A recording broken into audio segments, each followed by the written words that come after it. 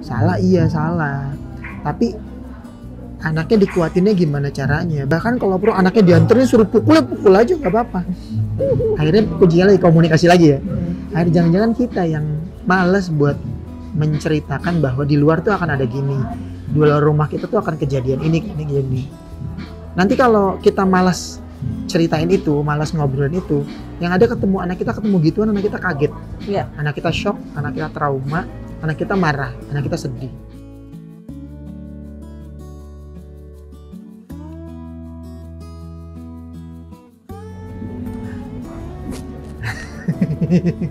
Assalamualaikum warahmatullahi wabarakatuh. Waalaikumsalam warahmatullahi wabarakatuh. Ketemu lagi obrolan keluarga mandiri bersama Faisal Amal dan Nela Fitriansyah. Semangat Cah. Ya, ini bukan Itu channel Omili sebelah. ya? Itu channel Omili. Channel Semangat sebelah. Cah, semangat.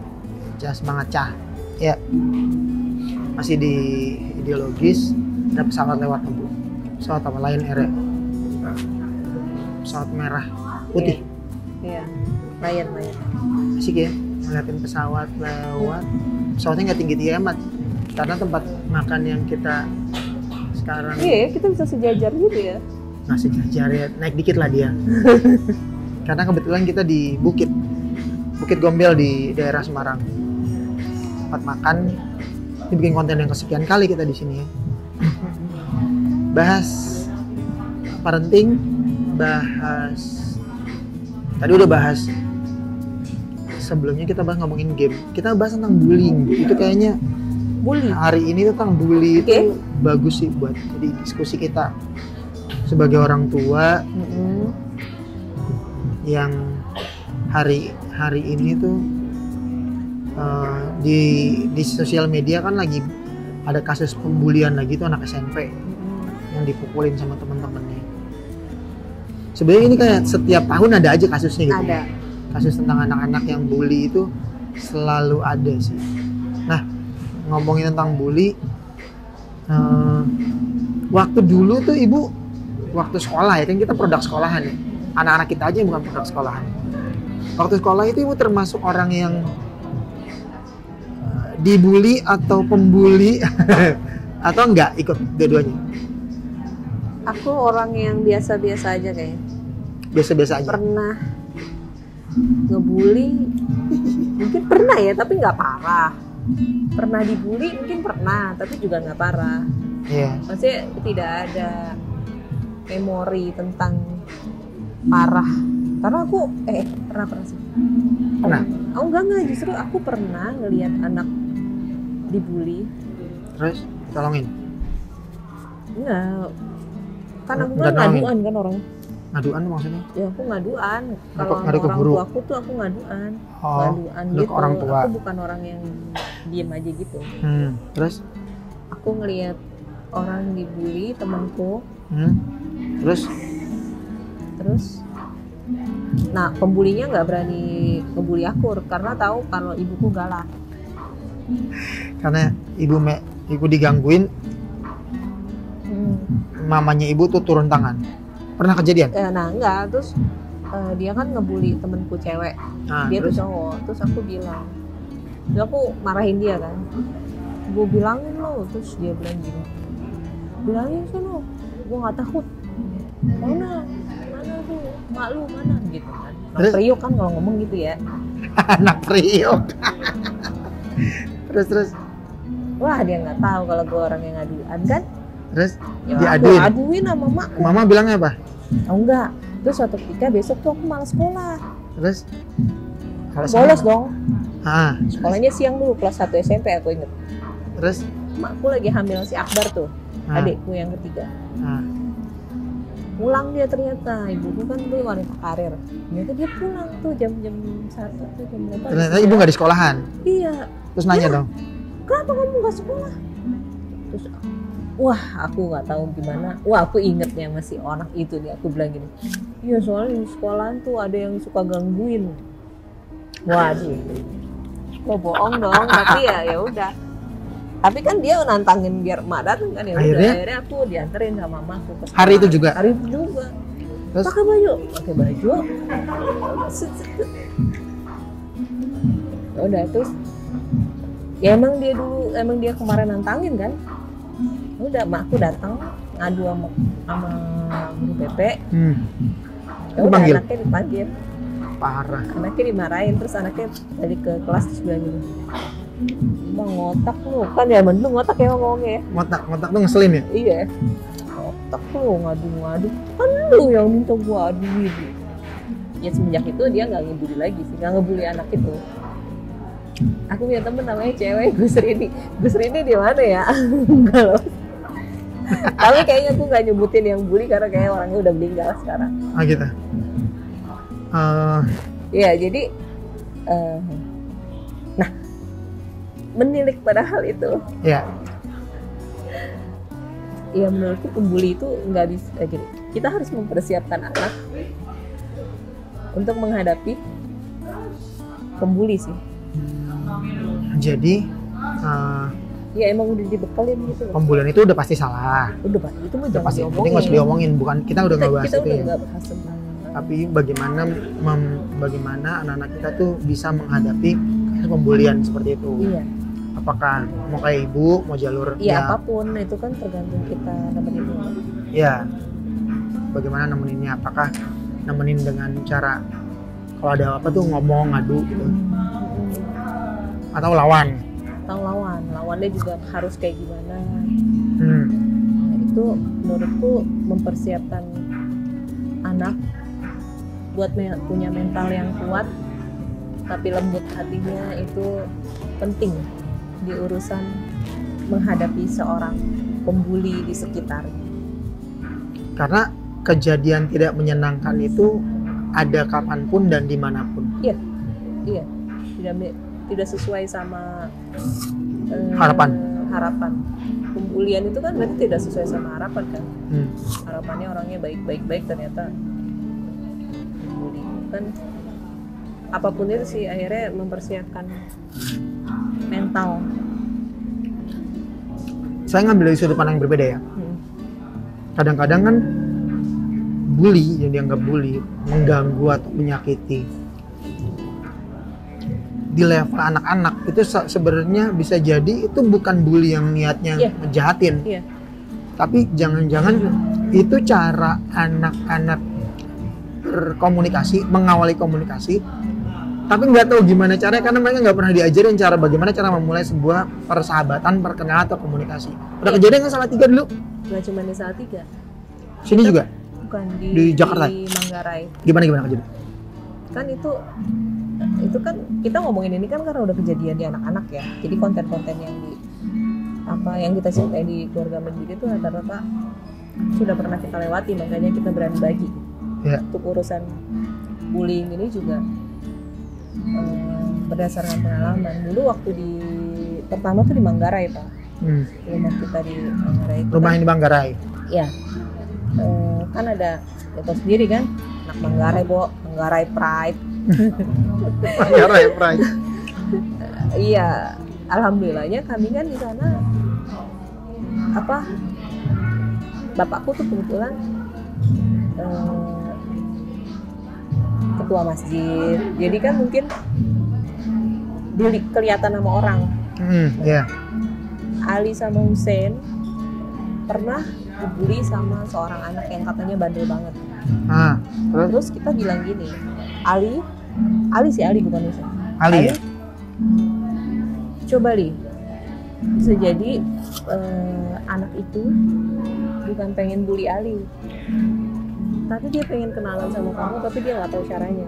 Dia pengen main sama kamu karena kamu kan banyak temennya, karena kamu kelihatan orang baik. Dia pengen temenan tapi dia nggak tahu caranya. Kayak cucu Pak Haji gitu. Cucu Pak Haji gitu kan. Pak Haji suka ngasih duit jajan soalnya. Nah, baru saya mau ngomong Pak Haji itu Pak Haji itu sangat dicintai sama bocil-bocil di Manggarai. Karena kalau Pak Haji lewat tuh Pak Haji tuh kakeknya Ali. Bagiin gocengan 2.000-an gitu. Iya. Pak Haji. Doakan ya untuk bapakku, mudah-mudahan selalu sehat. Amin. Iya. Jadi kita ngomong gitu kan. Jadi dia pengen berteman sama kamu nih. Cuma nggak tahu caranya. Nggak tahu bagaimana caranya. Saya kenalan dong. Iya. Sama saya A gitu. Main yuk gitu. Apalagi dia terkenal bandel, gengsi lah. Iya, tiba-tiba jadi anak baik gitu. Nah, terus akhirnya kami ngajarin ya, Ngajarin ya? Faisal sih ngajarin bahwa kamu kasih makanan kalau ketemu, atau kamu ajak main, coba gimana reaksinya gitu kan. Terus dan tara, bener dong ya, mereka temenan karena emang ternyata tuh anak pengen main sama Ali. Bukan pengen main gimana sih, mungkin ya tadi karena dia pengen diakuin ya. Iya. Karena kan ya tadi Ali cukup populer di kampung, namanya juga di kampung juga. Jadi anak itu mungkin pengen main tapi nggak tahu caranya berkomunikasi. Jadi nah itu juga yang tadi akhirnya aku bilang, ya kita punya, ya kita mesti mempersiapkan anak untuk punya mental yang kuat tapi lembut hati kayak gitu, untuk membangun intuisi juga bahwa ini anak sebenarnya mau temenan atau gimana ya, Niatnya jahat atau Niatnya sebenarnya jahat atau- niatnya baik, cuma atau caranya bisa aja yang jadi ya salah. mungkin tadinya niatnya jahat terus reaksi yang dibully berbeda, bisa jadi beda lagi. Itu kan tetap belajar aja sih, tetap belajar aja, nggak tahu bagaimana Iya. bagaimana ilmu pastinya gitu. Karena kita punya pengalaman loh. Apa? Salah satu anak didik kita dibully, orang tuanya orang sangat baik, sampai nyuruh anak cuman sabar ya gitu kan. Ternyata anaknya terbukti kena mental illness akhirnya. Tertekan ya? Tertekan. Iya kelihatannya baik, tapi baik itu nggak selalu benar sih. Sabar itu nggak selalu benar. Iya sabar, iya mesti gimana gitu sikapnya. Jangan cuma sabar toh. Sikapnya harus ada sesuatu yang diambil, suatu action. Ya jangan cuma nyuruh anaknya sabar doang ya. Kalau nyuruh sabar, coba kasih tahu caranya. Kayak tadi kan, ketika kita nemenin Ali dibully sama anak pinggir kali itu, itu kan kita temenin caranya. Coba kamu lakukan ini, berhasil nggak? Kalau nggak berhasil kan kita yang nge-backup. Oke, Li. Walaupun bukan nggak harus kita orang tuanya langsung ikut campur di urusannya mereka, mungkin enggak. Iya. Tapi kan memantau, nah ya jadi orang tua ya. Terus kayak gitu, jangan serahin akhirnya sabar ya, terus nggak dikasih tahu gimana cara sabarnya, gimana cara bersikapnya, akhirnya lama-lama dia stres sendiri. Iya juga sih. Alhamdulillahnya sih anak tersebut udah baik ya katanya sekarang. Aku jadi rindu sama dia. Ya mudah-mudahan makin baik sih.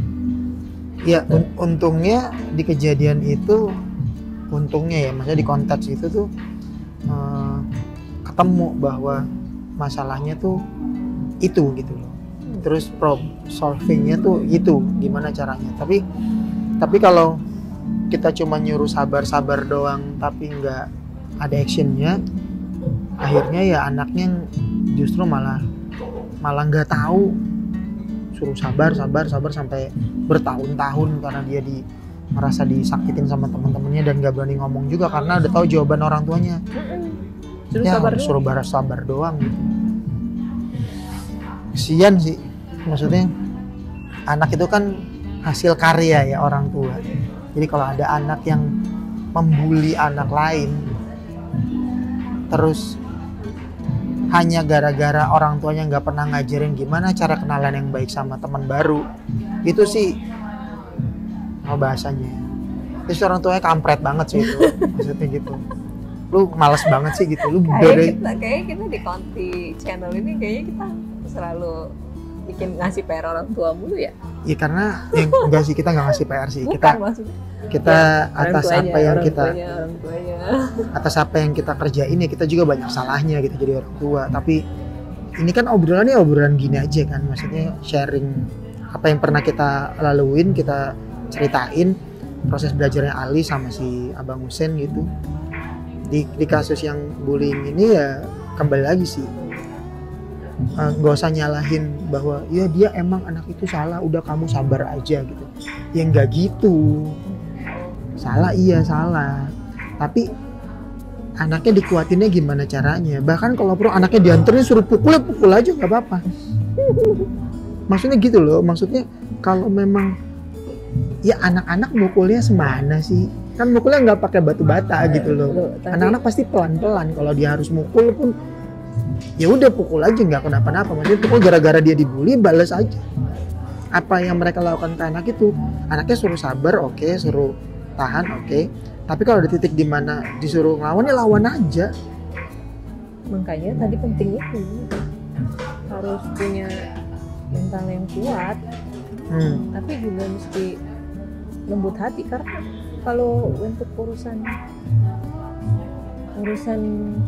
kasus Ali dengan teman pinggir kalinya itu, terus Ali ngegas balik, itu kan akhirnya jadi salah juga. Iya.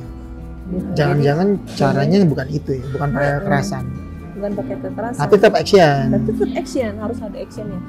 Nggak bisa gitu. Jadi jangan, kalau dibilang pembuli itu, ini tidak mengabaikan bahwa pembuli itu salah ya.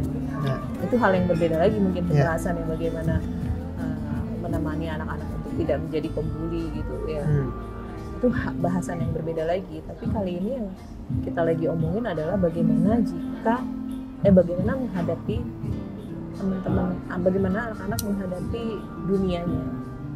dunianya ke depan, menghadapi pembuli, menghadapi kekecewaan, kebahagiaan, kegumunan juga gitu kan.